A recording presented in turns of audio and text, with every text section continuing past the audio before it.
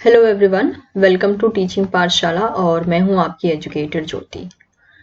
आज से मैं कुछ क्वेश्चंस को डिस्कस करने वाली हूं जो कि इस बार आपसे 2019 दिसंबर के अटेम्प्ट में पूछे गए थे। ओके, तो कुछ मैं पार्ट अपलोड करूंगी, like this will be the part 1। ये पार्ट 1 होगा। सिमिलरली कुछ और पार्ट्स भी मैं अपलोड करूंगी जिसमें कि मैं क्वेश्चंस को आपको धीरे धीरे जो है सॉल्व करवाऊंगी विद अ प्रॉपर एक्सप्लेनेशन कि इसका आंसर इस बेसिस पे क्यों रखा गया है। Fine, so this will be the first part. So let's proceed. Okay, so जो पहला क्वेश्चन लिया है, obviously this is a part B question. Question है which one of the following plant has this combination of key plant traits, okay, that is the sporophyte, dominant in life cycle, vascular tissue and lack of seeds। तो यहाँ पे आपको 4 option दिए गए थे और आपसे ये पूछा गया है कि कौन से प्लांट में इन सारे ट्रेट्स का कॉम्बिनेशन है, मतलब ये सारे के सारे कैरेक्टर हैं।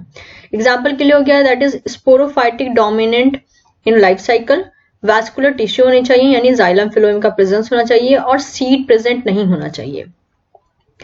तो ऑप्शन में आपको दे के रखा है मॉसिस, फर्न्स, काइकेट्स एंड मोनोकॉट्स। तो इनके बारे में अगर हम डिटेल देखें तो सबसे पहली चीज अगर हमें ये मतलब अगर हमें ये भी मालूम हो गया कि हाँ वैस्कुलर टिश्यू है या नहीं, सीड्स प्रेजेंट है या नहीं, बस इसी के बेसिस पे भी हम यहाँ से ऑप्शन को चूज कर सकते हैं। तो इसका जो क्वेश्चन का आंसर होना चाहिए था, इसका आंसर जो होना चाहिए था वो था सेकेंड। और ऐसा क्यों है, चलिए थोड़ा सा डिटेल देख लेते हैं। अगर हम मॉसिस की बात करें तो मॉसिस क्या होते हैं, ये नॉन वैस्कुलर प्लांट होते हैं और हमारी पहली ही कैटेगरी थी कि it should be the vascular plant according to the question. तो इतना ही इन्फॉर्मेशन काफी है कि जो मॉसिस होते हैं वो क्या होते हैं, वो नॉन वैस्कुलर प्लांट होते हैं। तो यहां से ये ऐसे ही एलिमिनेट हो जाता है ये ऑप्शन, राइट। फर्न्स जो होते हैं, फर्न्स क्या होते हैं, they are the group of vascular plant, यानी उनमें जाइलम और फ्लोएम प्रेजेंट होता है, यानी they are vascular plants.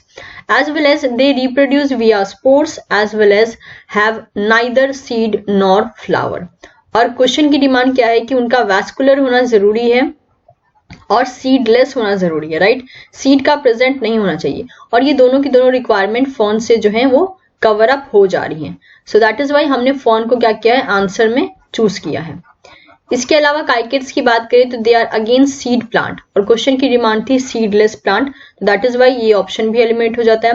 Monocot की बात करें तो these are your flowering plant जिसे हम एंजियोस्पर्म कहते हैं एंड सीड्स, इनके अंदर क्या होता है, दैट इज सीड्स होता है जो कि क्या हो सकता है, that is one embryonic leave वहां से ओरिजिनेट हो सकता है और अ कॉटिलिडन। ओके, दैट मीन्स एक ही कॉटिलिडन इनके पास होता है मोनोकॉट की बात करें तो, बट दे आर सीड, इनके पास जो है सीड होता है।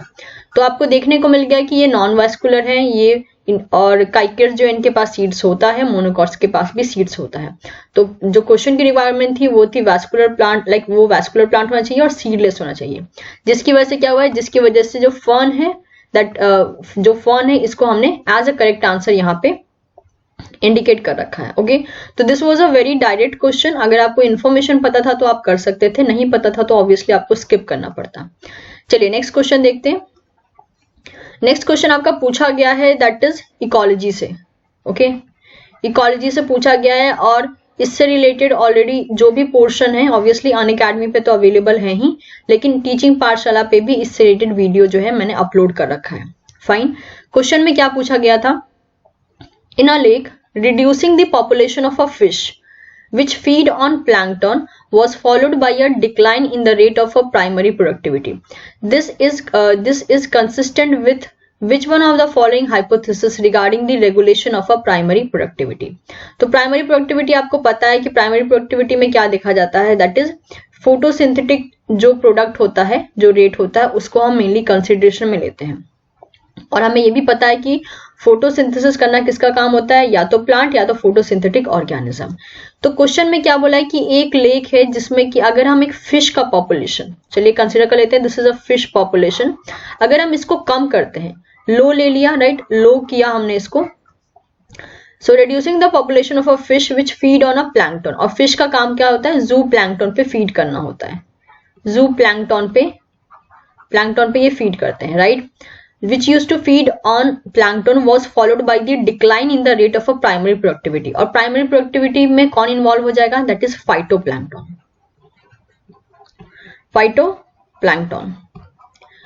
तो हमारे पास यहाँ पे ट्रॉपिक लेवल तो चला आया, कि किन के बीच किन किन ऑर्गेनिज्म के बीच में जो है ट्रॉपिक लेवल बन रहा है। लेकिन इनिशियल कंडीशन हमें दे के रखा है क्या, दैट इज फिश जो है इसका पॉपुलेशन लो कर दिया गया है, जिसकी वजह से प्राइमरी प्रोडक्शन करना किसका काम होगा, दैट इज फाइटोप्लैंक्टन का, राइट। तो ये जो है प्राइमरी प्रोडक्शन करेंगे, जो कि क्वेश्चन के अकॉर्डिंग क्या हो गया, जो कि क्वेश्चन के अकॉर्डिंग लो चल रहा है, प्राइमरी प्रोडक्शन लो चल रहा है। तो देखने की बात है, अगर फिश का नंबर लो है तो वो लो नंबर में जू प्लैंक्टन पे फीड करेगा, और अगर वो लो नंबर पे जू प्लैंक्टन पे फीड कर रहा है, that means what, as a result of that zooplankton का नंबर ज्यादा लो नहीं रहेगा, ये हाई ही रहेगा एज इट इज। और अगर जू प्लैंक्टन का नंबर हाई है तो वो हाई नंबर में फाइटोप्लैंक्टन पे फीड करेगा, as a result of that phytoplankton का जो नंबर है वो लो हो जाएगा। अब अगर फाइटोप्लैंक्टन का नंबर लो है तो ऑब्वियसली प्राइमरी प्रोडक्टिविटी क्या होगी, प्राइमरी प्रोडक्टिविटी लो हो जाएगी। तो आपसे यही पूछा गया है कि ये जो रिलेशन है जो क्वेश्चन में बताया गया है उसके अकॉर्डिंग कौन सा कंट्रोल काम कर रहा है।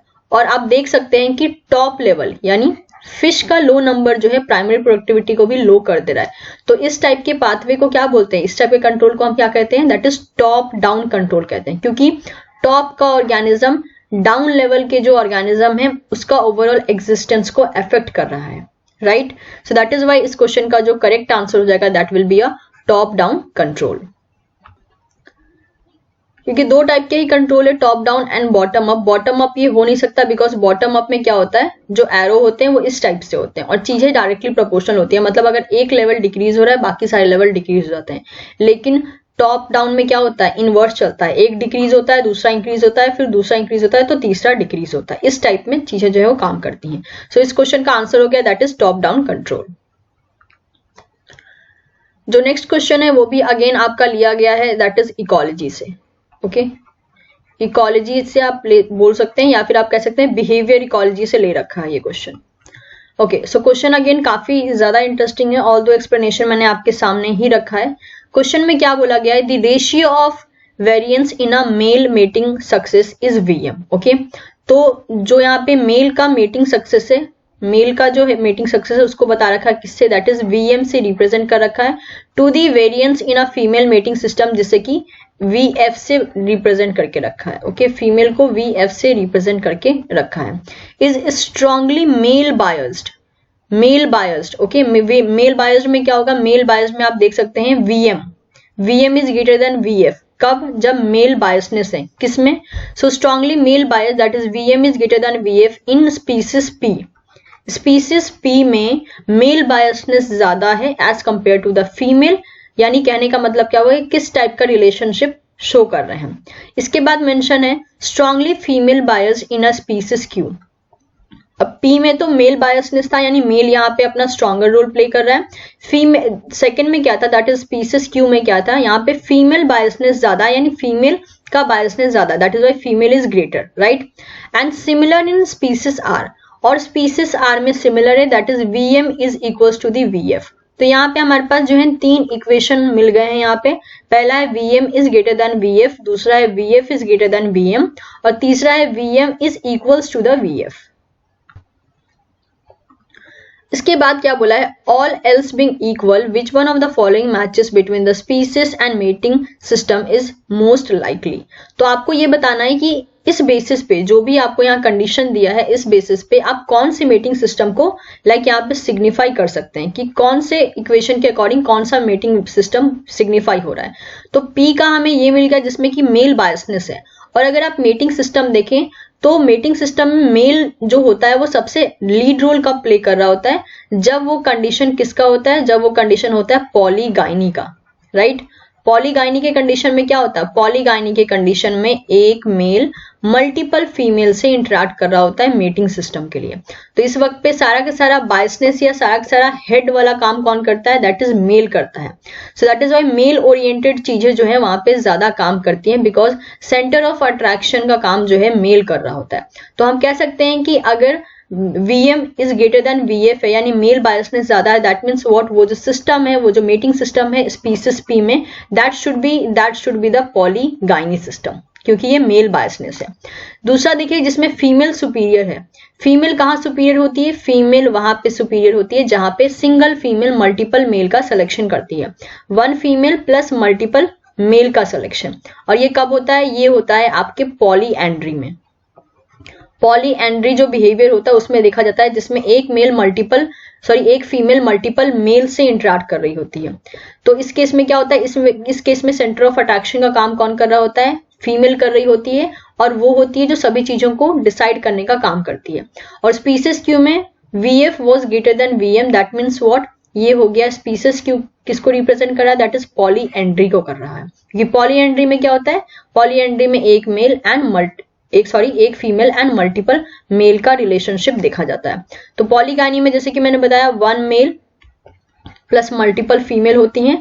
पॉलीएंड्री में क्या होता है, पॉलीएंड्री में one female plus multiple male होते हैं। फाइन। आर में देखिए जरा, दैट इज आर में बोला गया है VM is equals to the VF, यानी कहने का मतलब क्या हुआ, VM इक्वल्स टू VF होगा, मतलब कि एक ऐसा रिलेशन है जिसमें दोनों का इक्वली इंपॉर्टेंस रहता है, और ऐसा रिलेशन पूरे के पूरे एनिमल बिहेवियर में एक ही है, that is what, that is called the monogamy. Okay, monogamy में क्या होता है, इक्वली इंपॉर्टेंस दिया जाता है मेल एंड फीमेल दोनों को। तो हम कह सकते हैं कि हाँ जो क्यू होगा, जो आर स्पीसीज होगा उसमें क्या होगा, उसमें होगा मोनोगैमी। ओके, यानी one male plus one female वाला रिलेशनशिप होता है मोनोगैमी में। ये मल्टीपल पार्टनर से रिलेशन नहीं रखते हैं। So this will be equals to what, this will be equals to the monogamy. तो हम कह सकते हैं पी जो है, पी में क्या होगा, पी में पॉलीगाइनी होगा, क्यू में पॉलीएंड्री होगा एंड आर में मोनोगैमी होगा।